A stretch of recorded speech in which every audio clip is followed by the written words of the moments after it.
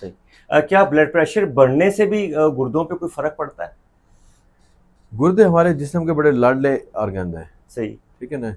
یعنی آپ یہ سمجھیں کہ ہمارے جسم سے جو دل سے بلڈ نکلتا ہے نا 100%، اس میں سے 25% جو خون ہے وہ گردہ لیتا ہے. گردہ لے جاتا ہے. اب گردے کو کچھ بھی ہوگا، ہمارے جسم میں کچھ بھی ہوتا ہے، گردہ پہلے خراب گردہ ہوتا پہلے خراب ہے. ہوگا. تو بلڈ پریشر کا چونکہ فلو بڑا ہوتا ہے گردے کی طرف، تو مستقل طور پہ اگر بلڈ کا فلو اتنا ہے اور پریشر بھی ساتھ چل رہا ہو تو گردے آہستہ آہستہ خراب ہونا شروع ہو جاتے ہیں.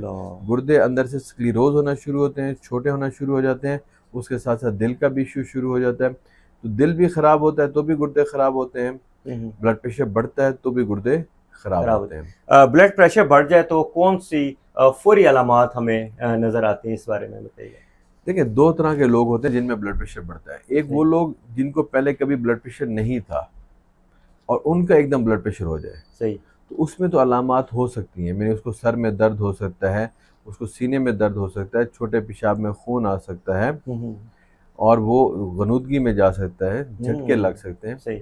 دوسرے وہ لوگ جن کو مستقل طور پہ بلڈ پریشر ہوتا ہے لیکن وہ کنٹرول نہیں کر رہے ہوتے ہیں. صحیح. تو بعض لوگ ہمارے پاس 230 240 بلڈ پریشر کے ساتھ روٹین میں آتے ہیں، ان کو کوئی علامت نہیں ہوتی. وہ بالکل پرسکون آتے ہیں ہمارے پاس کمر درد کے لیے، صحیح ہے، گھٹنے میں درد کے لیے، اور جب بلڈ پریشر دیکھتے ہیں تو 230 240 وہ کہتے ہیں ہمیں تو محسوس ہی نہیں ہوتا.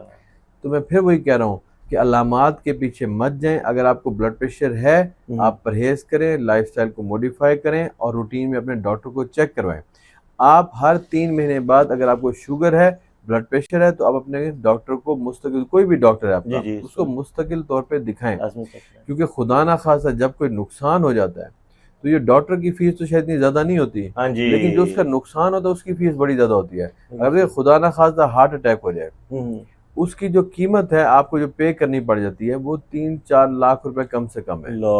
اور اس کے بعد بھی وہ ویسا نہیں ہوتا دل جیسا نارمل ہوتا ہے. خدا نہ خواستہ فالج ہو جائے، آپ دیکھیں ساری زندگی کی معذوری ہے.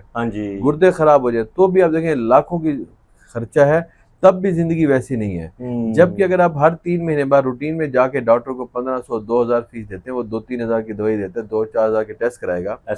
وہیں آپ یہ سمجھے 3 مہینے بعد اگر آپ کا 10 سے 15 ہزار آپ کے اپنی ذات پہ خرچ ہو رہا ہے، وہ آنے والے کل کے لیے آپ کو محفوظ رہے گا.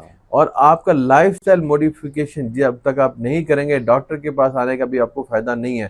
اگر آپ بات ہی نہیں مانیں گے، آپ نمک کا پرہیز نہیں کریں گے، آپ واک نہیں کریں گے، وزن کم نہیں کریں گے، اگر آپ بازار کے کھانے کھاتے رہیں گے تو ڈاکٹر نے کیا کر لینا آپ کا. بالکل صحیح. کیا بلڈ پریشر بڑھنے سے دماغی فالج یا کوئی بصارت پہ بھی کوئی فرق پڑتا ہے؟ ہر چیز جو آپ سوچیں، ہر وہ چیز جو ہمارے جسم میں موجود ہے، شوگر بھی مارتی ہے اس کو، بلڈ پریشر بھی مارتا ہے. کیا فالج ہے، کیا آنکھوں کا ایفیکٹ ہونا ہے، کیا دل کا اٹیک ہے، کیا ہمارے خون کی رگیں ہیں، کیا ہمارے گردے ہیں، ہر وہ چیز جو آرگن اللہ نے ہمارا بنایا ہے وہ ڈائریکٹلی یا انڈائریکٹلی بلڈ پریشر سے اور شوگر سے وہ خراب ہوتا ہے.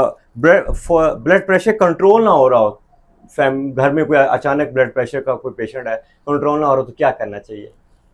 اگر آپ کے پاس کوئی کلینک نہیں ہے، صحیح ہے، کوئی ہاسپٹل نہیں ہے، صحیح ہے، اور آپ کو پہلے کبھی بلڈ پریشر نہیں ہوا تو آپ نے خود کچھ بھی نہیں کرنا. صحیح. آپ 1122 کو کال کریں، بہترین. آپ ان کو گھر بلائیں، آپ وہ بی پی چیک کریں. کیونکہ بہت سارے مسائل ایسے ہوتے ہیں. اب میں آپ کو حقیقت بتاؤں، ہمارے پاس ایک پیشنٹ آیا دن کے وقت، یہ آج سے کوئی 6-7 سال پرانی بات ہے، مڈل ایج بندہ تھا، 40 سال اس کی عمر. صحیح. اس کا بلڈ پریشر بڑھا، اس کی بھابھی ڈاکٹر تھی، اس نے کہا جی آپ کیپوٹن کھا لو. اچھا. اس نے کیپوٹن کھائی، اس کو ہارٹ اٹیک چل رہا تھا. اب وہ جو ہارٹ اٹیک تھا اس میں بی پی کم نہیں کر سکتے تھے. وہ جیسے اس نے کیپوٹن کھائی میرے کلینک تک آیا وہ کولیپس ہو گیا.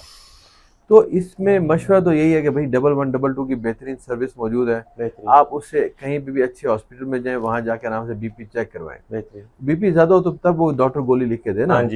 ہاں اگر آپ کو مستقل طور پہ بلڈ پریشر ہے اور ڈاکٹر نے بلڈ پریشر گولی لکھ کے دی ہوئی ہے تو پھر اگر آپ نے اپنی ڈوز مس کی تو وہ لیں. اگر آپ کو پتہ چل گیا کہ آپ نے نمک زیادہ کھایا، کوئی شادی کا کھانا کھایا ہے یا کھانے میں نمک زیادہ تھا، تو پھر آپ پانی زیادہ پئیں. اگر آپ کے گردے خراب نہیں ہیں، کیونکہ ہر بیماری میں پانی زیادہ نہیں پیا جا سکتا. جن کو دل کا مسئلہ ہے، گردے کا مسئلہ ہے، وہ پانی زیادہ نہیں پی سکتے.